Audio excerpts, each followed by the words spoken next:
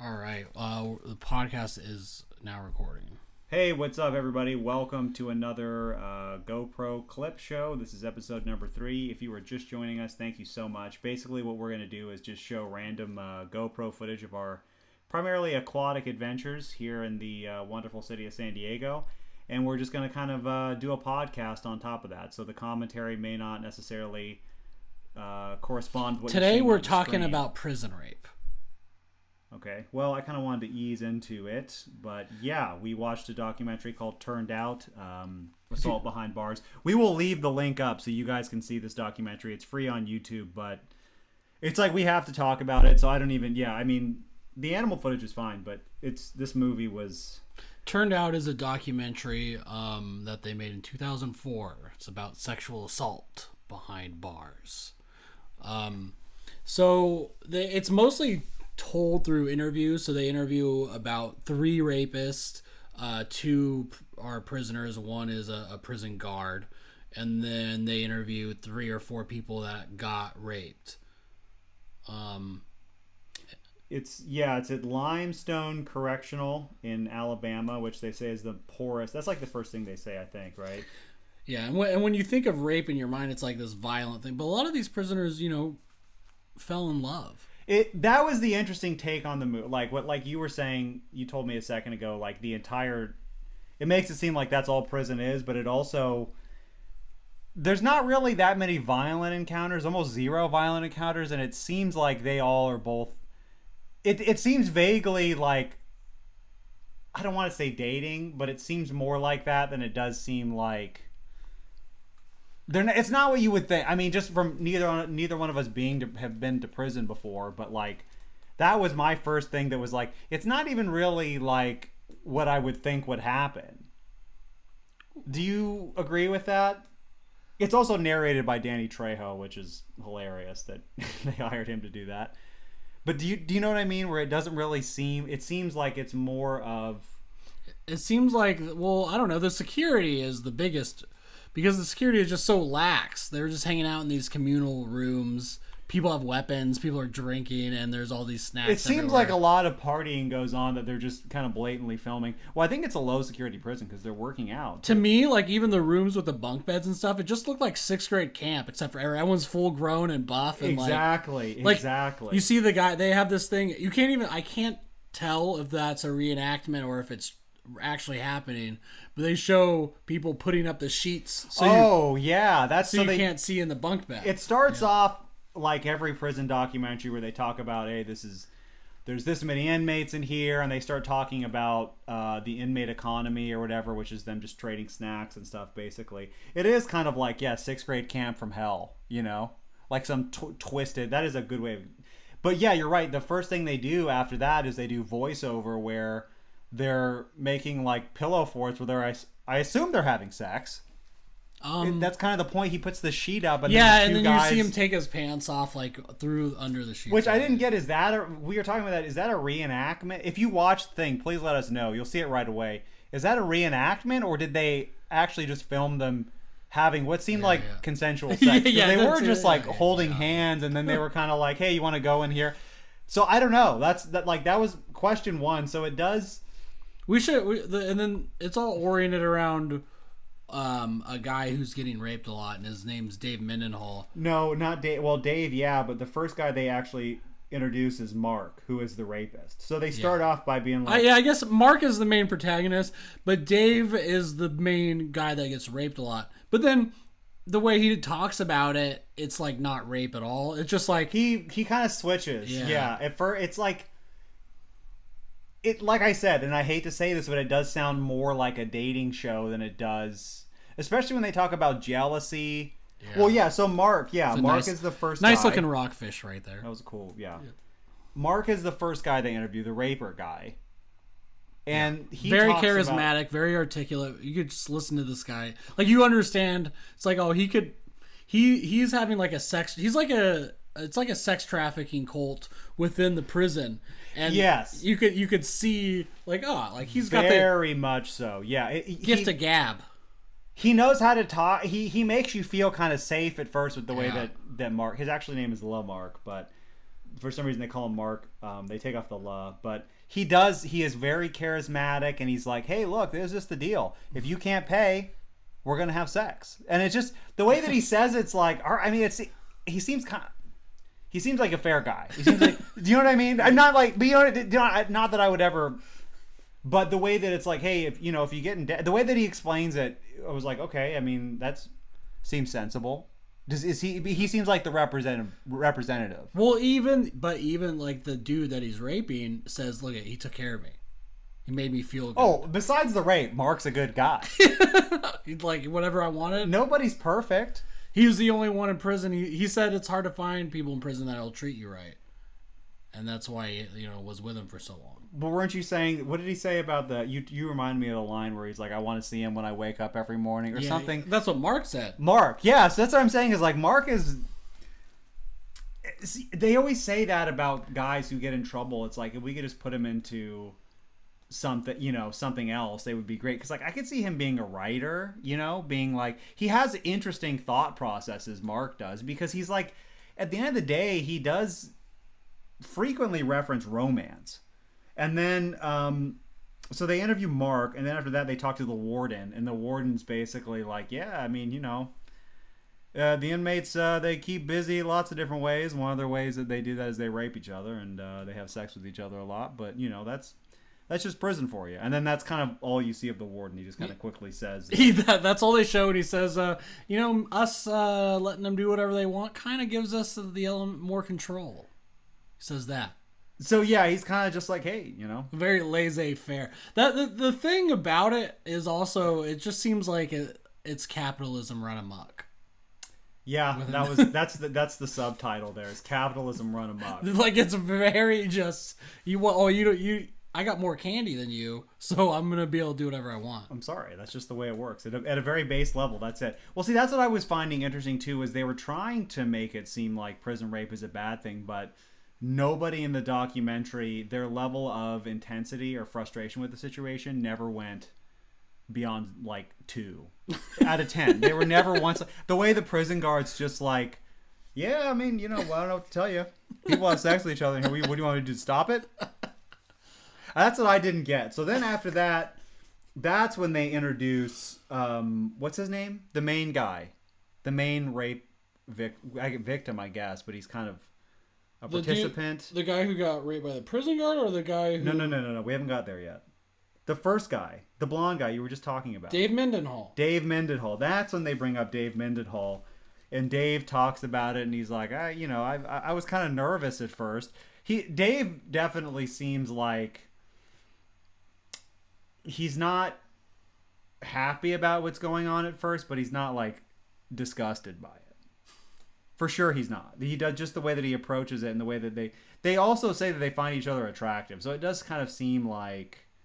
Yeah, he's a good-looking guy, That's what in his bed, and I'm in there drunk, so one thing one thing led to another kind of scenario. Yeah, the weird, like, I always thought that when they say rape, it's implied that it's forced, but it seems like these guys, like, yeah, the one guy who was just like, hey, I was getting drunk, what can I got a little drunk, and obviously I got an erection, and then after that we started having sex. That's the way that they describe everything, where it seems a lot more... The whole thing kind of is laissez-faire. It is either they are living like 1,000 years in the future, or they're just like the most, disturbed, depraved people. I can't tell, because of the way that they approach sex is like no. Well, Mark makes it seem like cool, but then that other his friend, the other gang member, is like the mean version of Mark, who is very Jerry's a mean guy. But Mark and the guy who gets raped, they keep talking about companionship, and they're just like, it's all about companionship in here. I mean, basically we can't get married, we don't have wives, so this is what we have. We have prison wives. That's what they keep calling them, is prison wives. So it is like So then they go through they describe their pyramid scheme, like you were saying. This is a nice little area, even though cool area. It was very murky that day, but yeah, it still looks cool. It's still nice just being out there. Anyways, back to the rape. Back to the real thing here. But then they start describing the hierarchy, how it's they call it a gang, a group of guys, and then they're just like, hey, we want him, you know, if we see a new boy, they call them boys too, the guys they rape. They call them boys. But they'll bring him in, is what they say to their gang, and then what they end up doing is kind of getting him to agree to be raped, almost, it seems like. And then that's when they introduce Jerry. And Jerry is... I don't know what Jerry's deal is. Well, he's mean for sure. He's not a nice guy. Mark is a very charming guy. Jerry, not so much. I mean, Mark. I don't know. They both have the same goals. It's just Mark uses leverage and the gift of gab, where Jerry just uses, look at this is what I have on you, and this is why you're gonna get raped by me. Jerry's very matter of he doesn't have a way with words. I would put it that way. Yeah. Jerry, I would see Jerry's one of those guys where maybe he wouldn't be a writer on the outside or anything like that, creative. The way that, well, you know what I mean. Like Mark really. I mean, he I'm saying, like Mark is a complete romantic, and he doesn't see like this as being anything wrong. As he sees them as relationships, and he's been there in such a long time that it's like. It's just part of the deal to him. But Jerry, you're right. Jerry is a little bit more to the point. The point being, he's going to argue. I thought sexually. Yes, sexually. But then the thing is, Mark will almost kind of emotionally do it as well. That's the thing. Is like, it's just Mark is a wily guy. I don't know. He's so charismatic. Even the dude he's right. Because here's the thing. Mark has Dave, and then Dave started getting his own boys under him. So yeah. So it's a pyramid system. Yeah, it gets more convoluted. So there is, I forgot to mention that. Yeah. Actually detail it, but... And then Dave also is assigned the task to get more boys, so Mark can ultimately get more money. It does... Which is candy and whatever. It does seem like prison money is so funny. You're in there for life, and you're like, I need you rich. to help me find find more people to rape so I can get more candy. Is what is the basis of their economy. Is like cigarettes. Well, I forgot about that. So yeah, so he's disgusting alcohol. So he brings in the rape, the main guy. That's the way he starts it. So Mark gets the guy. And then he's like, you need to find more people. You can rape them, but I get to rape them and you. Yeah. So he's at top of the pyramid, and then the most money goes to him. But his prison wife is getting it. She has a I'm sorry, I didn't really say. It seems like less stressful than Mark's position, so I could see how Dave might actually be in terms of like normal happiness. He's probably in the best spot to be the second. Yeah, I mean, because you get to enjoy the lifestyle, then you don't have the stress. Exactly. You can play cards. You can do your paintings. You can do all that stuff. You can, whatever you want to do, and then you are going to have sex with Mark from time to time, sure. But at the same time, you're recruiting, which is fun. You're meeting people all the time. So yeah. And then again, you're right. There's no stress of people trying to take you down. Yeah, you're just... But that's the thing. Most prisons talk about that element of like... Or most documentaries on prison talk about that element of like, if you're at the top, people are gunning for you. But the gang element. Yeah, the gang element. But this does not talk about that at all. No, they did actually briefly, and this is something I wrote down so I wouldn't forget it, but he did say, he's like, we're Bloods, and then he goes, and then he kind of, as an aside, Mark goes, yeah, the other Bloods are telling me, kind of knock it out with the rape shit. So he did say that. So he implied that him and Jerry are kind of going rogue. I forgot to mention that to you. I don't know if you were looking away, Mavericks. But so that's what you were saying about. I just want to talk about it live, but you were saying that it makes it seem like all of prison is rape, and that's the craziest part to me. Is it does, except for that line where he's like, yeah, everybody else kind of looking at us weird. So I think it's like more of. What's that movie from the night, Clueless, where it's into their specific lifestyle? Because it doesn't seem like the other guys are really okay with what's happening. That was what I got, because Mark is like, yeah, they told me to cool it on the rape shit. I think by the end of it, too, he's not a Blood. No, he leaves the gang over differences, and I can guess what they would be. Yeah, because they were asking, because he did say that they asked him, the gang was like, can you stop raping people? It's not really what we do. It's so funny. He's like, I don't know if you read the manual or anything like that, but our primary motivation is more making money.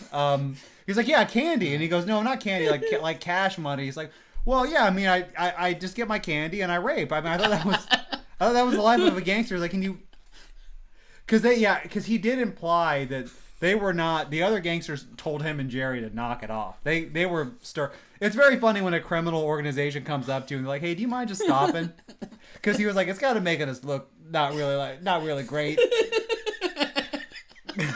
So I think that we're more looking at a side hustle type situation where his job is gangster, his side hustle. He monetized his side hustle. Yeah, okay. Because they're probably like, if it was an Instagram video, it'd be like, "Hey, how are you getting so much candy all the time?" And he's like, "Oh, well, let me show you my pyramid of rape." So then I think you were right in that it is more of a society of the future because that's what's happening to people outside That's of what I'm prison saying now. is like, this is, like you were saying, this is capitalism. Where when they take out all the rules, you have one job, which is being a tough guy, but then the other job is like, hey, I kind of emotionally manipulate people, possibly actually fall in love with them, but this is my side hustle. This is kind of what I'm famous for now. It was, that was kind of more the vibe. And then the next guy, so they do the whole, the what I would consider a love triangle, right? Wouldn't you consider that a love triangle? Jerry, the mean one, Mark, the nice one, and then David, who is the lieutenant. David, to me, is also a very interesting character because they interview his family. So we'll get to that, but before that, they step away for a second to do the Robbie Craig story. Oh, so it's the introduction of this guy. So that's it starts with that, the introduction of it, then they do the love triangle between Jerry, Mark, and David, and they kind of describe how they're basically all just in a committed relationship, because he does talk about cheating and stuff like that. So it does seem like he's just in a committed relationship. So Robbie Craig is a guy. He's in jail. It's supposed to be 8 years, so he's worried. He's trying to do his time and get out, and then just like everybody. Then a prison guard starts to rape him. Well, it seems like.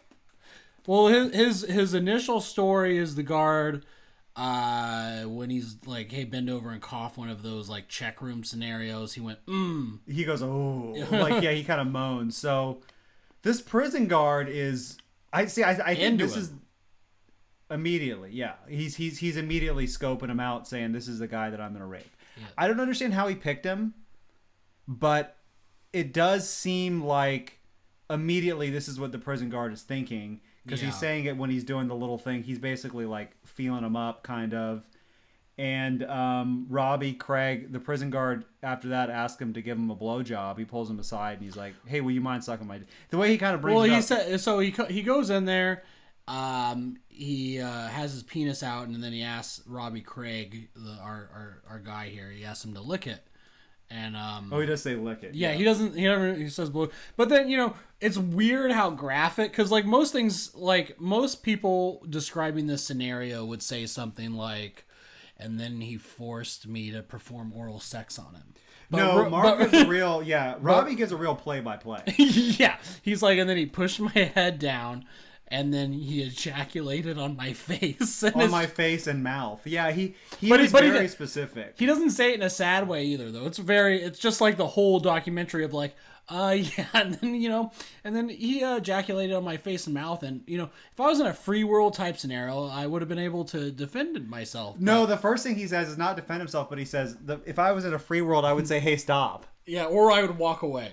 That's just so funny. So he pulls out their dick, and they're like, "Hey, would you mind licking it?" And you're just like, "Okay, well, I have plenty of space. I'm just gonna walk away." Yeah, see ya. So Robbie says, "I would have just walked away, but since I'm in prison, I can't." So then they start bringing up Sergeant Anderson, who is the guy who is the raper guy, and him and Robbie. And this guy is this guard is he's probably one of the most rapey. Okay, so then they decide, they're like, "Okay, well, would you be okay, Robbie, with having hidden cameras, and then next time the prison guard tries to rape you, we'll get him on camera?" And the documentary crew does that. So Robbie's like, "Yeah, that's fine." And so they go to, what is it, like a...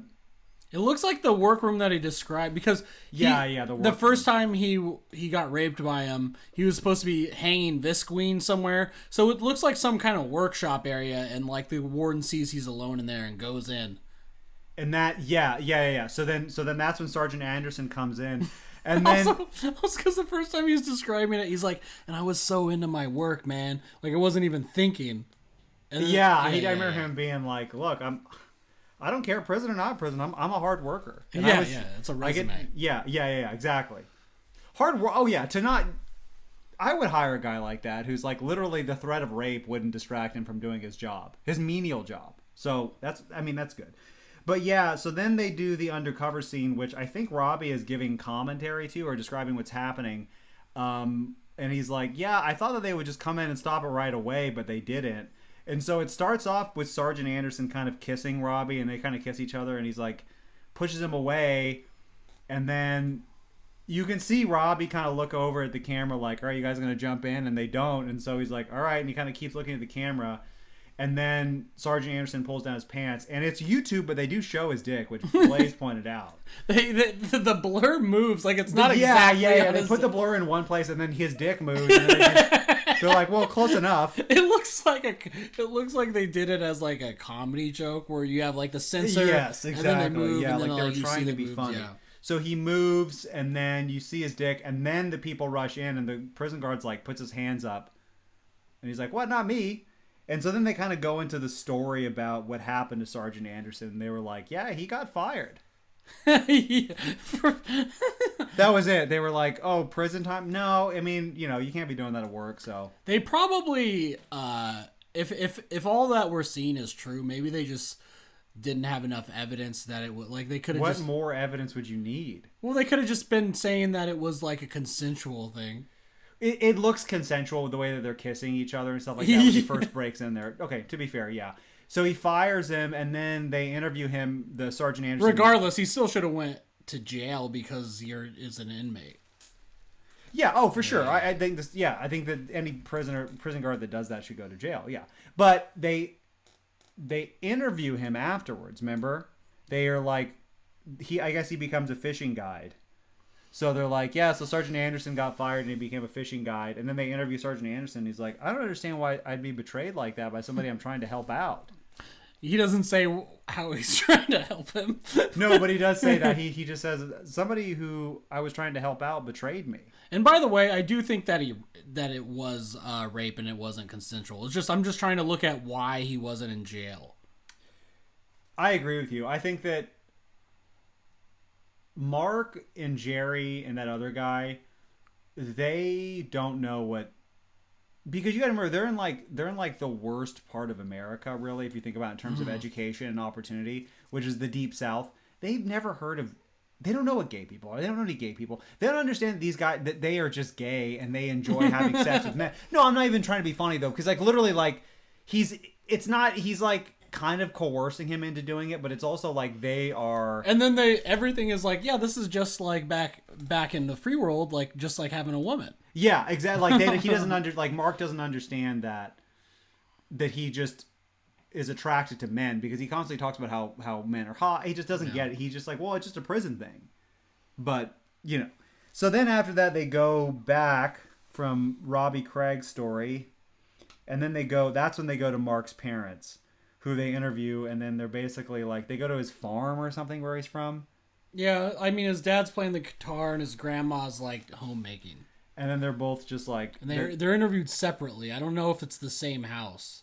They interview him and they basically just tell him like, how would you feel if your son was getting raped? And then the dad's like, well, I hope he's learning something in there. Hopefully nothing, just some life skills is kind of what he said, and he brushes it off. And they're just like, we miss him so much. This guy, the David Mindy, the guy who's... Mark gave him the nickname Mindy. His name is Dave Mendenhall, but Mindy is more... is better. Mindy, yeah. It's better for your wife to be Mindy than Dave. Yeah, if you're writing back home, it's like, oh yeah, you should meet my wife Mindy. And they're like, oh, you got married in there? You met a girl? And they're like, yeah, sort of. I mean... But anyways, they go back to visit Mindy's, the lieutenant's... home life, and they tell the dad and the grandma that he's getting raped in prison, and they're both kind of same thing where they're kind of just like nonchalant about it. They're like, well, I hope he's learning something valuable in there. I mean, I don't know what to... Well, and then they open on his dad also playing guitar and like talking about like the good, how it's bad now. It's a very like emo. But yeah, I mean, Robbie's situation was a little bit, I mean, sorry, not Robbie, Mindy's parents. they were a little bit same kind of energy where they're just like, yeah, I don't know, he's getting raped, and they kind of brush it off, and then they talk about what he actually did to end up in prison. Well, how is Graham? They're different approaches, because his grandma was like, and I heard there's homosexuals in prison. And she's an older woman though. She's older, and she's in denial sort of about everything, because what he's in prison for is murdering his daughter, but then to his grandma it was like, well, and then he was, he just threw it. He got nervous and he threw his baby, is what they said, what she said. They're trying to say that's child abuse. Yeah, I don't understand the way that she phrased it. Was like, oh no, she said he tripped and he threw his kid. Yeah, and I think he was probably on drugs. He's probably on meth or something. I don't know. But, she just makes excuses for it and is sad that he's now hanging out with homosexuals. Even though he's one of the lead homosexual. He's a lieutenant. He's second in command. I mean, if anything happens, if Mark sprains an MCL or something like that, if he's next up. He's next up. Yeah, that's kind of so it's not, I mean, I wouldn't frame it that way with something. If they're they're prejudiced people, his family, to not like homosexuals, but if you don't start like that, if you just say, what would you do if I told you your grandson is at the top of a power structure? Yeah, he's like a Ghislaine Maxwell. Yes, he's Ghislaine Maxwell. Yeah, he's getting the girls. He's also one of the girls, sort of himself. Sort of, but yeah. I think that Mark. Yeah, he's Ghislaine. Is that Mark kind of implies that he does find their relationship a little boring from time to time, and so he does like that Mindy will find new guys. He'll recruit them. How would you recruit somebody in that situation? What would you say? What's your pitch? If you were Mindy, how would you come up to a new guy? I'm a new guy in prison. Okay. Hey, how's it going? What's it like in here? Well, I don't know. I don't know if I have my own approach. I was just looking at these beautiful fish. Wow. But I like, one of my favorite lines in the movie is in the beginning, and this is how they sort of introduce what this is going to be about, when they have that white dude who they don't interview ever again, and so I don't know his name or anything, but he's just like, you got wham wham, zoo zoos, and that's what they call gang names. Yeah, and then he sort of explains. No, those are candy names. Not candy. Oh, I thought they were gang. I thought the wham whams were okay. No. That he's talking about commissaries, because okay, that makes more sense. He eventually gets to the point, like, some guy borrows 10 soups. Next thing you know, he's fucking turning out his ass. Because that's how they drop it. Yeah, like, yeah. That's it. Yeah, the producers were like, "There's the line." Yep. Because he's the trailer. He's not in it at all, but he just talks about that. So that's. How would you deal with that as a guy who likes candy? Because I don't really have a sweet tooth, so I don't think rape would be a problem for me. Because it's like, hey, look, guys, I'm low sugar, not interested, and I would just kind of keep to myself. I'm not prejudiced that way, but at the same time, might be different for you in jail though. Because I'm bored. Yeah, you might want to eat candy. Like, I know about it, and I'm like, oh god, I really want candy though. And then what did we ever? I wonder if these are fish eggs or what this is. Let us know in the comments if you know tell us what that is. Yeah, it's very interesting. Thank you. Yeah. So basically, like, it does seem more like pyramid scheme type vibe, and then after that, they kind of start going back to, again, how the gang is not interested in what they're doing necessarily. So Jerry and Mark are kind of on their own. And this is when Mark and Jerry tell kind of a bad story, what I would say is a bad story, about the other blood. That's when they switch. So they go from all that stuff to then... yeah, now when it gets... I forgot. And then, then they bring up the gang again, how the gang's not really cool with it. And they're like, hey, you can't be having sex with other bloods. That's not in the blood credo anywhere. You're not supposed to. Yeah, so there's this guy that he really wants to have sex with, but he doesn't have the opportunity until that guy makes a mistake. So Mark says this new guy comes in prison, and he's a blood. And he's like, we're bloods. So... Yeah. I get to talk to him, and he's like, I talked to him right away because we're both bloods, you know what I mean? And he's like, I'm not gonna lie to you, I found him very attractive. So that's how he starts off. Like, he starts off by saying, look, this guy was just, and he's like, but I understand that a blood can't rape another blood. But what does the guy do? He says the guy's a devil worshiper.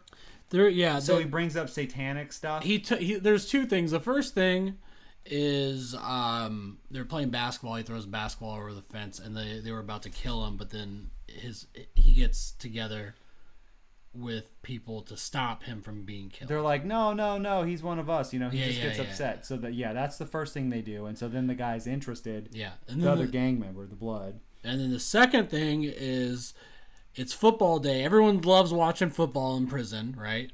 And then evidently this guy graffiti, because he's a Satanist. He draws like Satan. He's attractive, but he's also into Satan. He's a bad boy, yeah. So he graffitis a cell, and the guards find it, and they turn off everybody's football, and they're like, until we know who this is, no one can watch football. And then that's when all the Bloods got mad, because they were, they're big football fans. You're in the SEC down there. Football's crazy down in Alabama, trust me. So they threaten him. And actually, it's kind of unclear as to how because what they describe is just straight up rape. It's two dudes that go and corner him in the cell with a knife. So, no. Well, okay, but yes. So it's like, I don't know why this is their opening. Like, it doesn't make any sense. How did they open with him? They go into the cell and said, "You're gonna have sex with us," and then they corner him. And then he's like, "Hey, I'm a blood," and they're like, "Well, you broke the rules or something," basically. I guess, yeah. But you're right. Okay, so they are. What I was getting to is this one does seem like just regular rape. Yeah.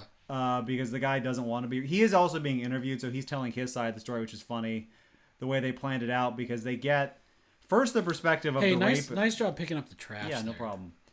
The first people they interview are Mark and Jerry, who are the rapers in this situation, and then they interview the rapee afterwards in this thing. So Mark, I guess, starts off by he's just like, "Hey, it'll feel better for you if you lubricate yourself," which he. So it seems like Mark is like.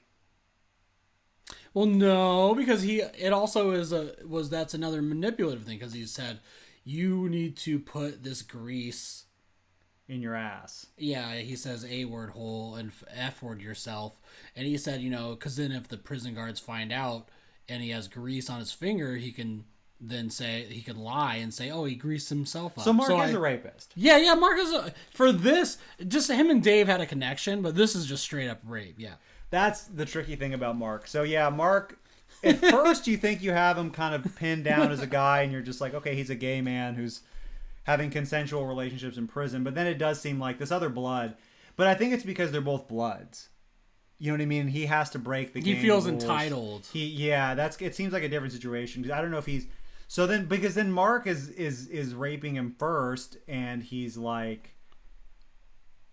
kind of telling Jerry that Jerry's watching him, and he's like, "Hey, yeah," and then Jerry does it, and then he's telling Jerry how to. It just seems very strange, the structure of, because it does kind of turn into Well. My favorite part is when Jerry is just like, "Hey," so I put the knife in his face and say, "What if I stab you in the face? How would you like that?" So that's Jerry's role in it. Rhetorical question. Yeah, Jerry's not really a. And then Jerry seems like more of a bad guy. Yeah. Because Mark hangs back when it's Jerry's turn, and he's like, "Whoa, this guy's a virgin. Don't go crazy. If he goes to the hospital, then we're all going to lock up." Well, see, that seems very. I would say don't go crazy because he's a virgin. Yeah. That's what I would think. But now we're switching to the night snorkel for the viewers. Fun little night trip. Or no, actually for the listeners. The viewers know. The viewers are aware. But yeah, in case. I mean, so then Jerry is kind of a little bit more violent, and they rape the guy, but then the guy goes to what? The shoe? Or not the shoe. What's the one? The isolation thing. And then that's when the whole kind of band falls apart, is what it seems like to me. Yeah, that was the end of it. That was the end. So this guy who was raped, the blood who was raped by the other bloods, he wasn't happy with this situation because, again, I think it's the first time that he did that. Yeah, Mark wasn't that type of guy normally. I'm not defending Mark. You are definitely defending Mark. They should both be in prison for the rest of their lives, which they are, but at the same time, it's like, I feel like Mark is interested in relationships, and Jerry's just kind of along for the ride. He's a little bit more of a dangerous person to encounter. You know what I mean? Because Mark was attracted to this guy. That's how he led. Mark made distinctions where he's like, I felt lust, like this. Oh, he said lust. Yeah, he said lust quite a few times. He's like, I felt lust for this guy. Yeah. Yeah. So this, he knows. He's like, this is gonna be my. I have to rape this guy. It's just that's the reality of it. I don't have a choice. I mean, you don't not follow those feelings if you have them. Yeah. There's also other other dudes that are in it, but not very much. But these are the main guys. Those are the main guys, but that's what I'm saying is, Mark and Jerry rape the other guy who's in their gang, and then that's when the whole thing comes crumbling down. And then they interview Mark and Jerry afterwards, and they kind of talk about it the way they would talk about a band, like a great band that broke up. And Jerry's like, "It was a good time." It just we were at the top of the world, but it just wasn't the same, and we had to. They started separating us. So again, I think that it's like just these guys who are doing this circle of guys that are doing this. It's not everybody, because the way that he said it was like, then they had to start separating us, and we, it just, things weren't the same anymore. And then, does the documentary? No, but the guy who they raped, you know what happened to him? No. Oh, they were upset because they said he ratted on them, but then he went back out, and they were like, he was having sex with everybody. That's what they were mad about. So that's what I'm saying. He held out. So after that, the twist is with the guy who was the blood who they raped, which seemed more like rape to me. Yeah, it was definitely more manipulative the way they did it. Violent, manipulative. Yeah, but then that guy, he ratted on them, and then he started having. They were like, he was just turning his ass out for everybody. And that's what they were upset. Like, he kind of went crazy after that. He was having sex with everybody. So they considered him like a slut. Like that's what they were upset about, is they didn't want him to. They wanted to rape him and then be able to be exclusive. That was they had to deal with Mindy. Because Mindy kind of felt. Mindy was like, all right, I mean, we're in a relationship. But he didn't feel that way. He was like, okay, if you guys are going to have sex with me, then I'm just going to have sex with everybody. He's like, yeah. So he switched and he went willing, and he started committing rape. So it's like, that's what I understand, is like, it's a very confusing world. Well, he used the sort of win in Rome argument. Yeah, it's like, hey, I'm in here for 6 months. I mean, come on, I can't not have sex for 6 months. If I'm going to be getting raped, I'm going to be, let me pick the people. Let me experience this. But it seems, again, it sounds kind of callous to say dating, but it honestly is what it seems like. To me, does it not seem like that to you? Well, nobody seems unhappy. They all seem they know. Even the guy who got raped, he's like, yeah, I mean, I was dating around, kind of vibe. Yeah. And he's like, now I'm dating a fox. I don't want any of that stuff to interfere with his life. Yeah. So the guy who then started fucking a bunch of guys after he got raped, he's like, then he's like, well, yeah, I'm out now. I'm dating a really hot woman, and my parents don't know. She doesn't know, and there's no reason they have to know. But it seems weird that he would have his full face. I don't know if they didn't tell him that, but he was on the documentary, so it's like, as soon as it comes out, if he's trying to get any work as an actor or anything like that, that's going to be on his credits, and they're going to see it. You know what I mean? So that's basically. So he was just like, yeah, the girl I'm dating right now, she's super hot. She doesn't know about any of this. Yeah. And then, so the band kind of falls apart. Jerry and Mark have to go their separate ways, where they can no longer have somewhat consensual and then non-consensual sex with men. So they get separated. Jerry leaves the gang. He's not interested, and he goes into a committed relationship with one man. What? Yes, that's how. I'm not Jerry. Mark. I'm sorry, Mark. Yeah, okay. Mark leaves the gang. That's the big thing. Is Mark is like, I'm done. Well, I don't know. They sort of just end it it's sort of abruptly. There's not really they just do like a one sentence thing. What's the conclusion for that? There's no conclusion for any of this. It's all just very. It's like a day in the life type. Yeah, deal. It's very it's just gratuitous. It's just a let's find the people who raped the most, and we'll interview them. Yeah, and it was interesting those guys had no problem talking on camera. You'd think if, like... Well, and then that one guy who was assaulted by the guard ended up using that to leverage to switch prisons, so he ended up in Iowa, and then it shows him like lifting weights. Yeah, he's like a fucking, he has like a 80s mustache now. He's pumping iron and he's guiding new people in the jail. Like he's taking care of new boys is what he said. So I don't know what. Yeah, yeah. But he like looks at the camera though and he's like, but I'm not a daddy.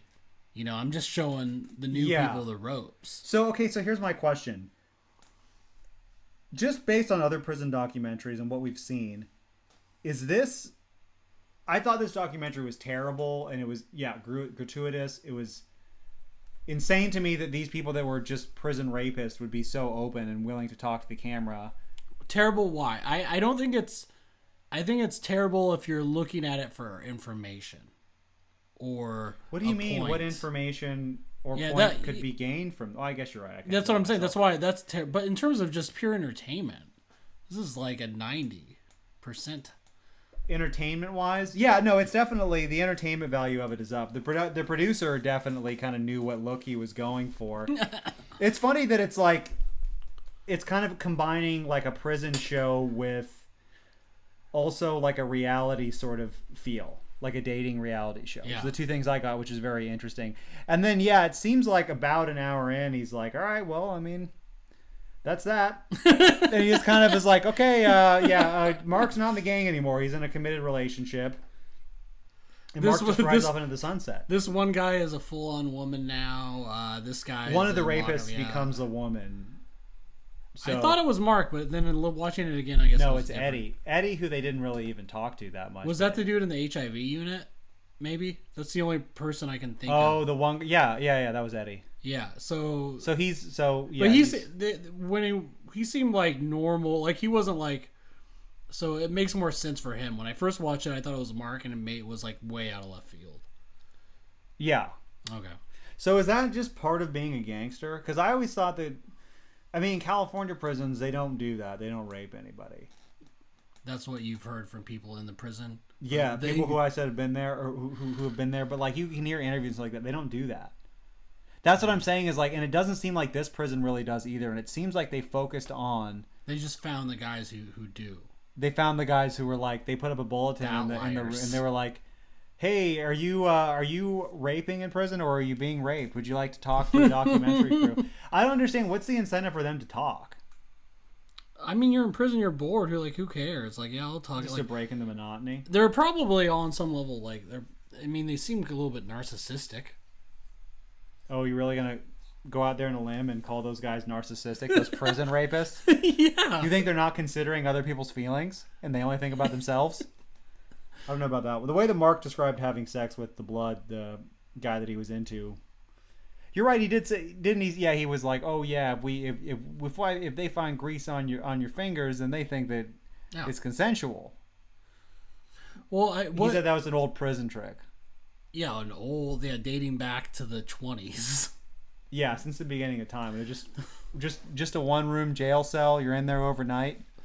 I don't know. I don't know what the point of this was. I think it was just like people know people get raped in prison, so let's make them a little movie about it. No, I think that that's the incentive for them, but I think the point was for the guys who got raped at least. I think that they wanted parole. Yeah, they all seem like. I think that they were like, look at how bad. Well, see, the thing is like. Look at how crazy it is in here, maybe, or something. I honestly don't know, actually, because they seem so like. Well, maybe they're like, we get to be in a movie with Danny Trejo. That's pretty. Oh, even then, he was a pretty big star, I guess. I mean, how often do you get to? By then, he was already in like Desperado and stuff.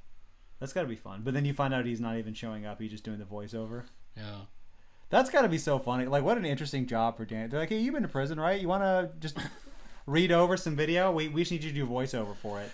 20% of the prison population gets raped by the time they get out. That's the big claim of the documentary.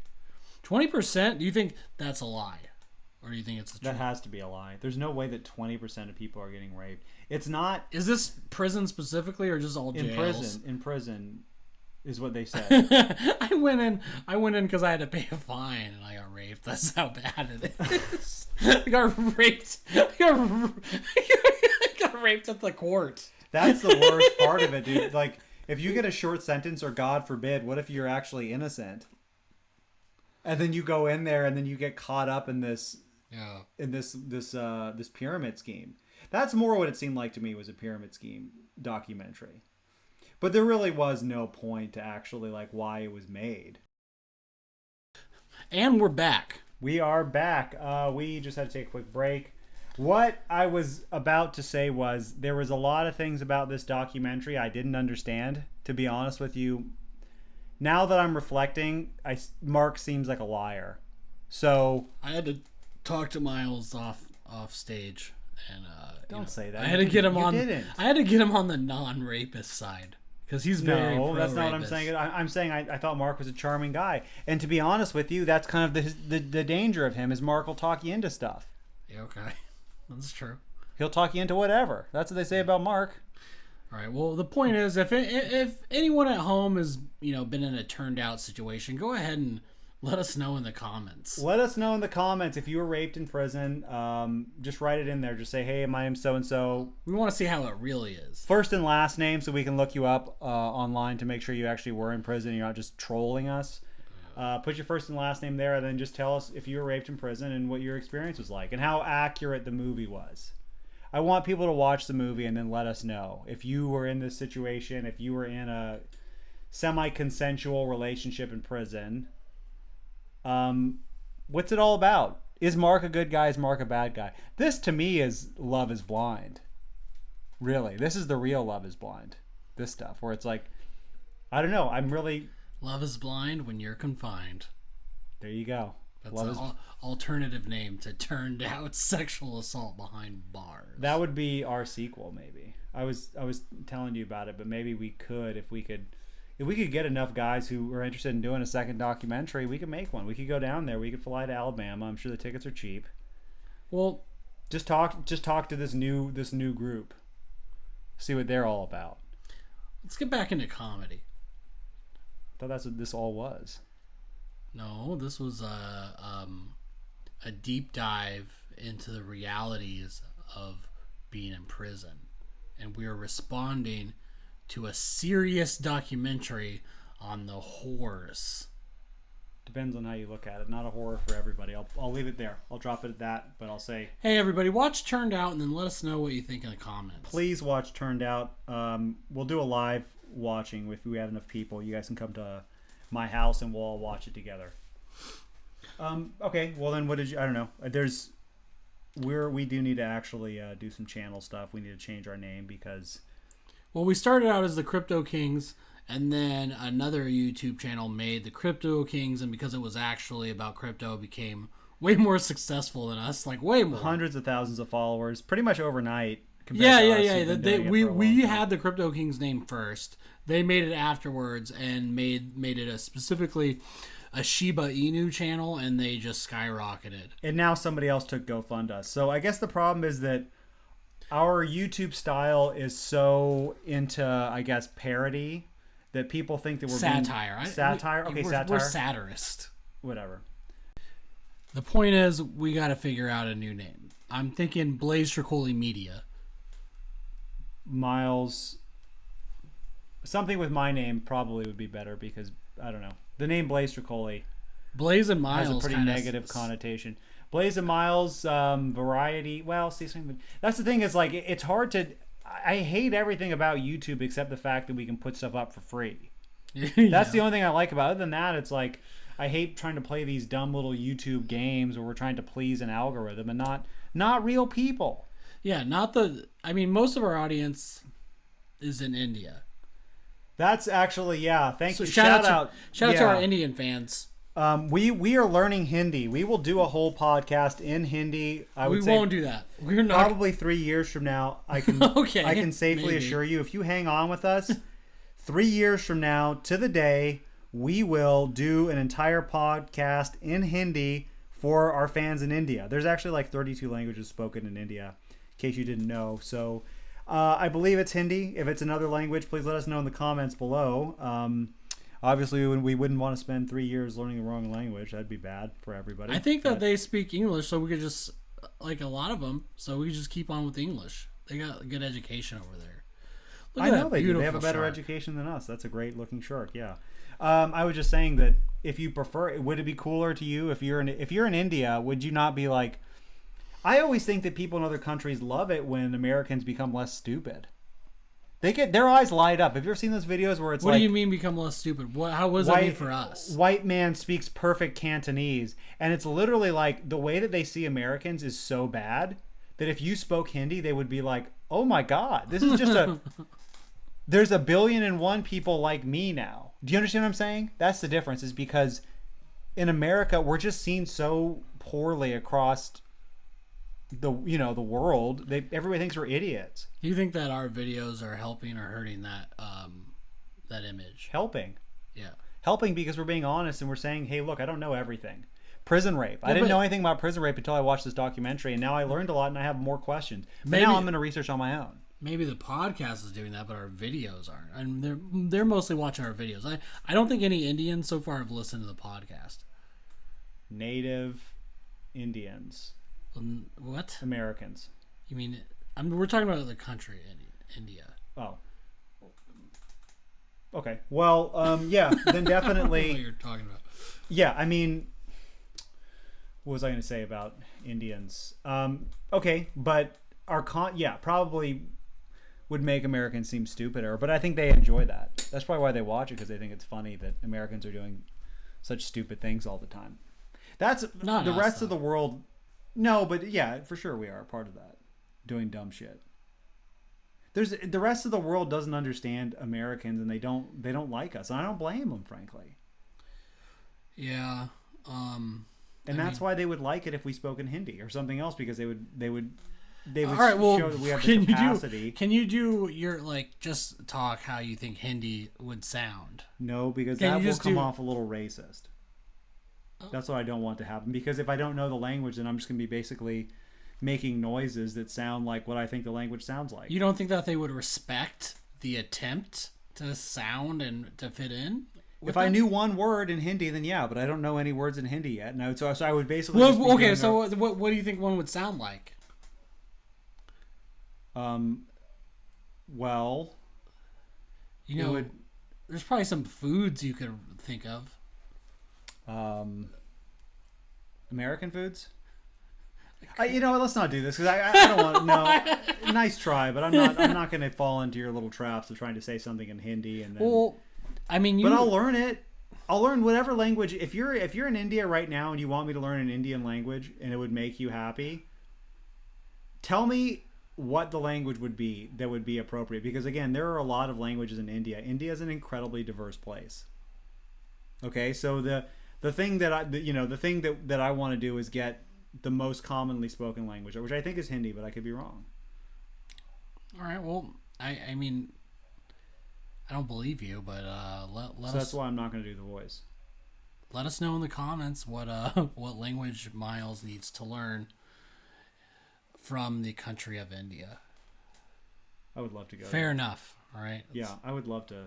Visit India.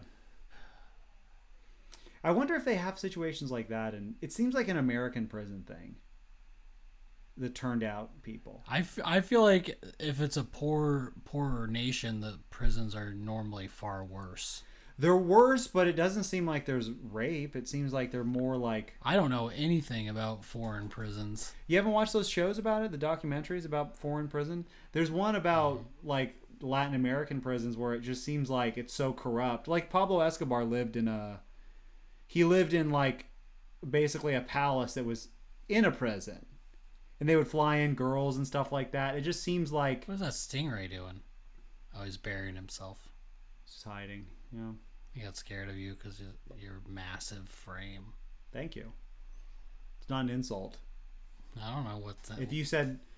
If you challenge my body fat percentage in some way, I would think it was an insult, but you're not. I do have a large frame. That's nothing wrong with that. But anyways, no, it doesn't seem like they do prison rape in other prisons. from all those documentaries of Locked Up Abroad and stuff like that. Yeah, I mean, they probably kill people in front of you. They probably are like, you know, there's people that have guns in Latin American prisons, which I don't understand why they're in prison. I would think that if you had a gun, you just leave. But it's like, it's way crazier. You get way more shit in the Latin American prison or in another prison, but they don't do the R word there.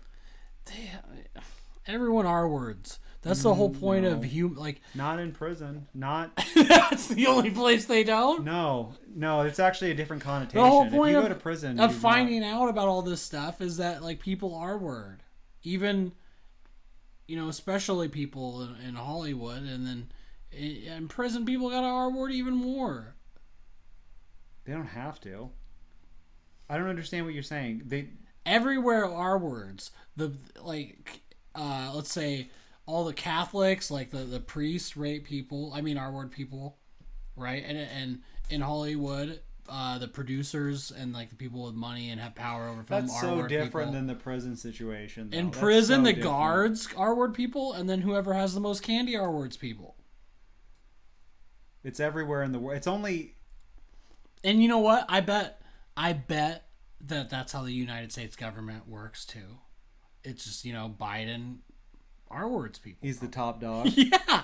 He has all of his boys he travels around with. Well, no, he probably got R-worded, which allowed him to become president. Like it's like a cycle. Now he can R-word. So is there somebody above him, or is he the top one? That's what I'm saying. Is now that he's been R-worded, does he move up? He gets to R-word for his time in office, and then after that, you're back to getting R-worded. Oh, okay, so that's why he's running for re-election. He wants to have a little bit more time on top. Yeah, literally. Exactly. That's kind of what it seemed like to me, the documentary. But again, I don't know. If somebody's been to prison, can you please explain this documentary to me a little bit better? But what it seemed like to me was more like tops and bottoms than it was like, you know what I mean? It seemed more like there was guys that were just like, look, I'm a top, and so... No, I think that it was all started out or maybe ended up like that because it's super toxic, abusive relationships. But I think that it was. Well, the relationships are toxic, sure. I would say a prison relationship's 9 times out of 10. I would say, yeah, it's probably toxic. If a man's raping you regularly, I would describe that as a toxic situation, wouldn't you? If that's how you met and you talked to a therapist and like, yeah, but you were just he raped me in prison. You were just saying that it wasn't rape. I wasn't saying it wasn't rape. I was saying that's exactly what you said. No, I was saying that it's in kind of a gray area because it's in a documentary and it's presented very weirdly. There's no other case of that in society where they're just asking people. That's what I'm saying is they're just asking me like, oh yeah, this is what I did, and this is why, and then they have like, it's different. It's not the same thing, and it's in prison and it's like specifically with prisoners. So I don't know. It's not right, but it's like a different. It's a specific way of there has to be a specific way of describing it because it's very unique. Yeah. You know what I mean? That's what I'm saying. It's more like there's elements of like a couple different things because the guy's also saying companionship. Do you think he's lying about that? Do you think a prisoner would lie? Yeah, but then why wouldn't you just be friends with someone? You know what I mean? Well, because sometimes you need more than friends. It doesn't. You don't want to be graphic, but sometimes companionship essentially means something sexual. That's what they say. But it's also but people get dogs for companions. Is that what they mean when they're like, oh, I needed some companionship, so I got a dog. Obviously not. That's not what I'm saying. Now I'm all companion. I got a fucking companion, all right. I'm saying that. Come on. That's disgusting. What I'm saying is, companionship generally means something sexual. There's exceptions to that rule, but if you're saying, yeah, I'm just looking for more companionship, it typically means something sexual. That's what my point is. What about compadres? My compadre. Well, they're Catholic, Spanish language people, so that's non-sexual. Okay. But if you what do you think of the editing here? This is really good. Wow. What a great job. I'm not going to be triggered by you fucking up the editing intentionally. So you don't think it's cool? No, it's obviously not cool. It looks stupid. People want to see realistic nature but not be able to understand what it is because the film quality is bad. They don't want to see that plus... This is a realistic look of what I think mushrooms do visually. Well, you got bad mushrooms then, because this is not what I experienced. I actually had a lot of very nice thoughts on mushrooms, and the visuals were fine, but it wasn't like this. It was a lot better than this. Well, I think we're about an hour now. We should probably wrap it up. Thank you guys so much for listening. If you did listen, please check out our movie, The Evergreen Haunting. We really think it's great. We would love to connect with you. So, like, comment with us, like our stuff. Please message us, interact. Yeah, it was fun, really interacting with you guys. Do you have any last closing things to say to the people? Yeah, if you kept listening through it, now the real podcast starts. This is for the next level of fan. Is the end of the podcast, because right now a bunch of people tuned out. Now we start the real one for the people Just we can really shut trust. up. If you're listening to this, then if you're a real one, type that in the comments. Say I'm a real one. If you're a real one, what does that mean? I don't know what it means. So you go through an hour of us breaking down a prison documentary, and then and then you're like, okay, well, I like that. That's exactly what I want to hear. And then they tune it out. But then there's a secret message for the real fans who are like, I know the prison rape was code for something. What was it code for? Yeah, it was code for another type of rape. I don't feel like my life after watching. I guess this is the main point of the documentary. So closing thoughts on Turned Out, the documentary. I don't feel like my life is worse than the people that were in it. Like, their life just seemed like they had less concerns than me. They weren't scared about... I would say there's one big concern in prison. Yeah, they just Whereas you have a lot of, would you rather die from 1,000 tiny cuts or one dick in your ass? Yeah. That's what they say. It's way more stressful on the outside. Yeah, I kind of... Because you know what? Guess what? The reality is we can still get R-worded. Out here. Even too, out here. So you haven't experienced it yet, but there's always the possibility that you're working and then somebody R-words you and is like, look at that beautiful lobster. Yeah, look at that beautiful lobster, guys. And no, that's for the listener, the real ones who stayed through Miles's closing. A secret lobster for you. Yeah. Please watch our movie, The Evergreen Haunting. That's what I was trying to get watch across. the Venusian. That's the best one. And then after that, also, the Black Phoebe.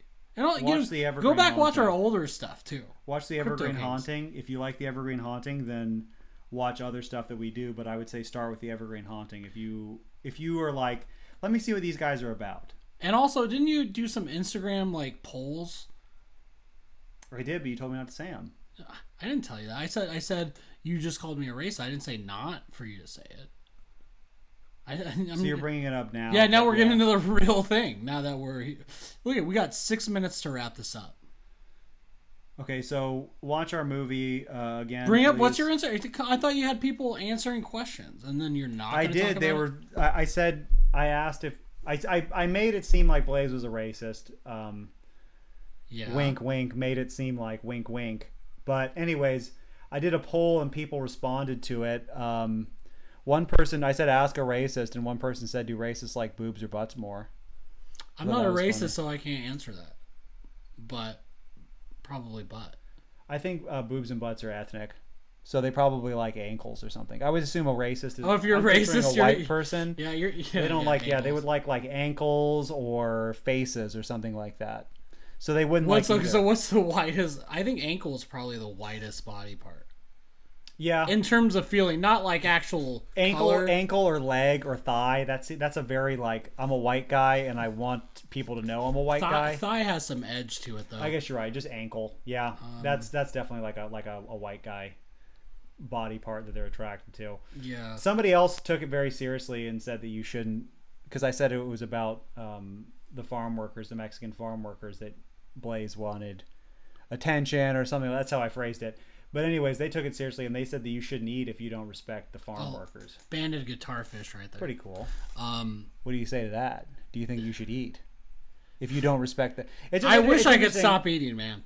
Because, I mean... If you get I think I have to be over 200. I'm like 210 right now. Yeah, obviously you're over 200 pounds. Yeah, you're shorter than me, and you're so much... I mean, yeah. How long I don't want to use the think, word horrifically wide. But... Do you think that my life is going to be shorter based on? I think that based on your weight. Yeah, you think Of course, yeah. Yeah, like I'm thinking 36 is about as old as I can get if I don't make a change, which is why I want to get into the next topic about, you know, what am I going to eat next week? That's gonna, like, to be raw vegan or to be vegan. Yeah, I would just say eat a lot of like cheap foods or like beans, tofu, lentils, things like that. The problem with you is that you're too lazy to cook the stuff up. I showed you how to cook up stuff. You have to actually prepare it. That's the thing about being vegan is like you have to prepare stuff. If you're willing to prepare, it doesn't cost a lot of money. The people that you see doing like the raw vegan diet, that's crazy and that's super expensive and it's impractical, as I've said before. But you don't have to cook, which might be these people live in a tropical rainforest and they go outside and they pick like, is that a halibut or a turbot? It's a halibut, and they pick out like 6, guavas and they eat that for breakfast and they have a passion fruit smoothie. It's like it's just so impractical and you have to be doing that all day. But if you prep, then being vegan is not hard at all. It's actually easier and cheaper. All right, I save money. I buy beans and that's $3. Dry beans, clean them, prep them. Make yourself beans. Take the rocks out because they try to trick you, evidently. Yeah. Oh, this is where I wanted people to see this. This is where you see a bunch of lobsters. Yeah. Just wait. This is like lobster paradise. There's a lot of lobsters at night. I don't know why. If you have any sort of... The thing about us is like we have a lot of time in the ocean, but we don't know what any of this stuff means. I don't know what any of these animals do. I don't know what any of them mean. I do know that they acknowledge that boiling lobsters alive is bad. Well, that's why I don't eat meat. Of course it's horrible. What a horrible way to die. Yeah. Well, people used to say they don't like feel it, but now they know that they do. Of course they do. How would they not feel it? It takes a scientist. It's so obvious. Of course they would feel it.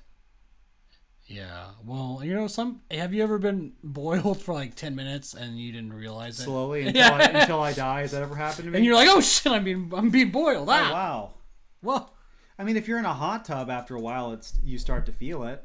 You know what I mean? It's a nice looking stingray right there. That is a beautiful stingray. This looks like there's some editing in the colors, or is there? I don't know. No, there's not. That's just what a stingray looks like. God, I'm so worried about getting stung in the face by one of those guys. Ooh, aren't you? Because I mean, if I dive down all the time. I'm worried that happens and then you don't get it on the GoPro. But like if I had the GoPro and you got stung in the face, I feel like we're viral immediately. The thing is, it could also not be viral, and I could just have a horrible injury. If we go viral, I'll get stung in the face by a stingray. I don't give a fuck. Yeah, dude.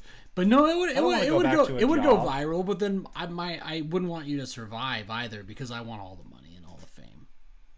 There's so many things you don't know how to do. You say that, but then like what would happen is you'd be like, "Hey, I don't know how to do any of this stuff. Can somebody help me?" And then you get this is the lobster one. I'm sorry I said that. Freaking fleeced. 4 lobsters at once. Wow. No, beautiful. I saw more than that. I just don't know what they're all doing. Wow.